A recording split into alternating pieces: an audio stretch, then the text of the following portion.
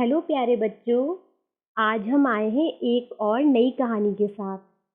लेकिन इससे पहले अगर आपको सुननी है ढेर सारी मज़ेदार कहानियाँ तो चैनल को लाइक और सब्सक्राइब करें।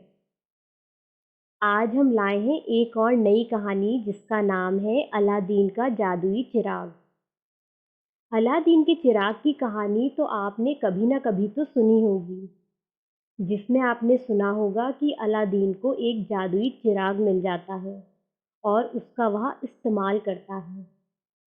अलादीन की कहानी बहुत लोकप्रिय है और इस कहानी को सुनने में बच्चे अत्यधिक रुचि भी रखते हैं।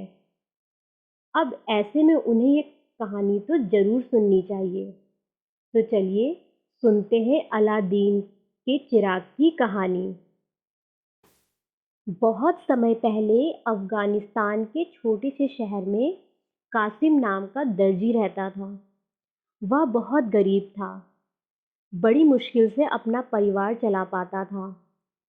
उसके साथ उसकी पत्नी और उसका बेटा अलादीन रहता था। अलादीन बचपन से ही शरारती बच्चा था और उसका मन सिर्फ खेलकूद में ही लगता था।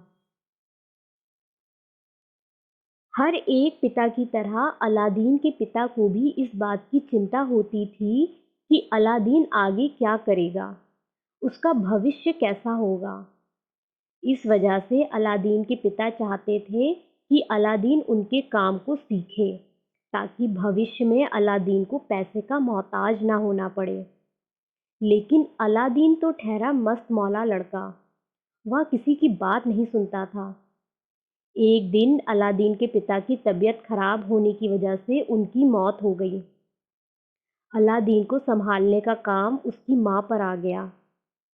अब उसकी माँ को भी अलादीन की चिंता होने लगी थी, लेकिन अलादीन की माँ ने अलादीन को कभी भी किसी चीज़ की कमी नहीं होने दी थी।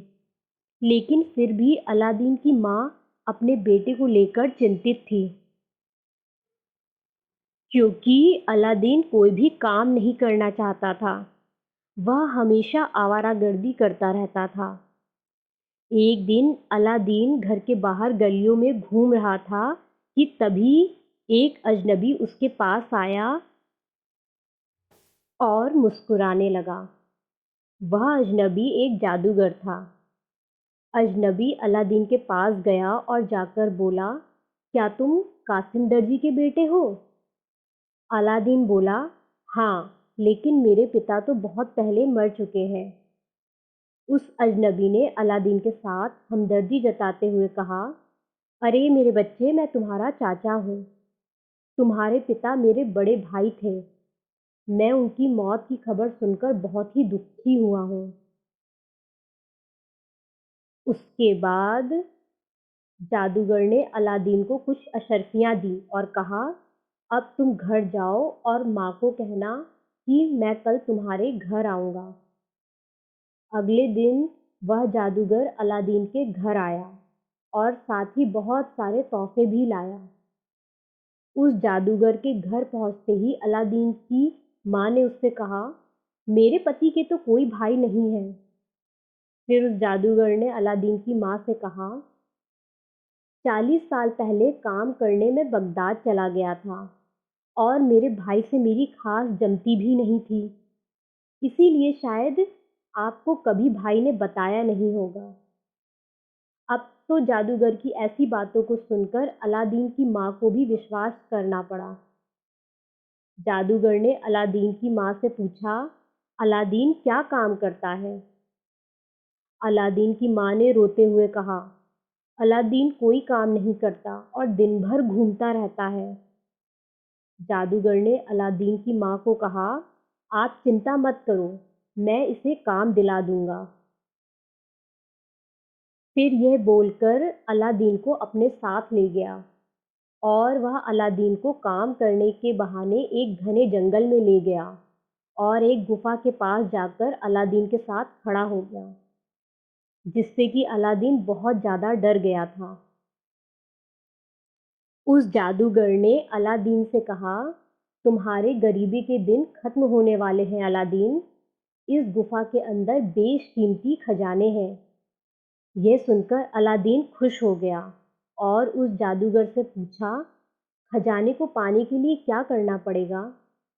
जादूगर ने बोला, मैं तुम्हें अंदर जाने का रास्ता बताऊंगा, लेकिन तुम्हें मेरे लिए अंदर जाकर एक चिराग रखा हुआ है, उसे लाना होगा। अलादीन इसके लिए तुरंत तैयार हो गया।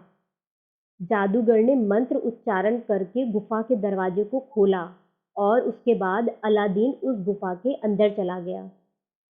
अलादीन चिराग के पास तक पहुंच गया, लेकिन अलादीन ने जैसे ही जादुई चिराग को उठाया, गुफा के दरवाजे बंद हो गए, जिससे कि अलादीन घबराते हुए गुफा के दरवाजे के पास गया और उस जादूगर से बोला, मुझे यहाँ से निकालो, मुझे यहाँ से निकालो।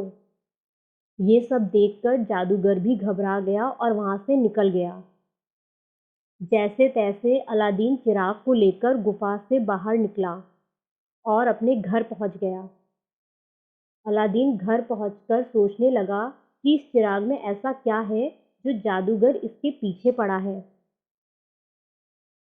अलादीन को लगा कि शायद यह चिराग बहुत ही कीमती है और वह उसी रात को उसे बेचने के लिए उसे एक कपड़े से साफ कर रहा था।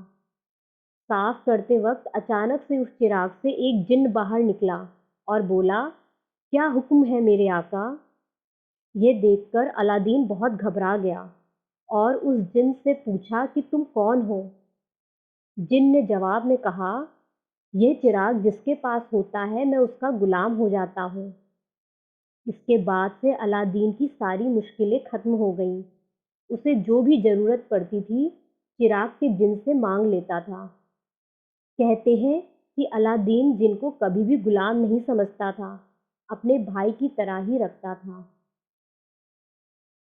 और जिन्न अलादीन की सारी ख्वाहिशें और ज़रूरतें पूरी करता था। अलादीन ने अपनी मौत से पहले जिन्न को एक आखिरी हुक्म दिया था कि तुम ऐसी जगह दफन हो जाओ कि तुम्हें कभी भी कोई नहीं खोज सके, और जिन्न ने ऐसा ही किया। कुछ लोगों का मानना है कि अलादीन का चिराग सेंट्रल एशिया की पहाड़ों में दफन है। धन्यवाद।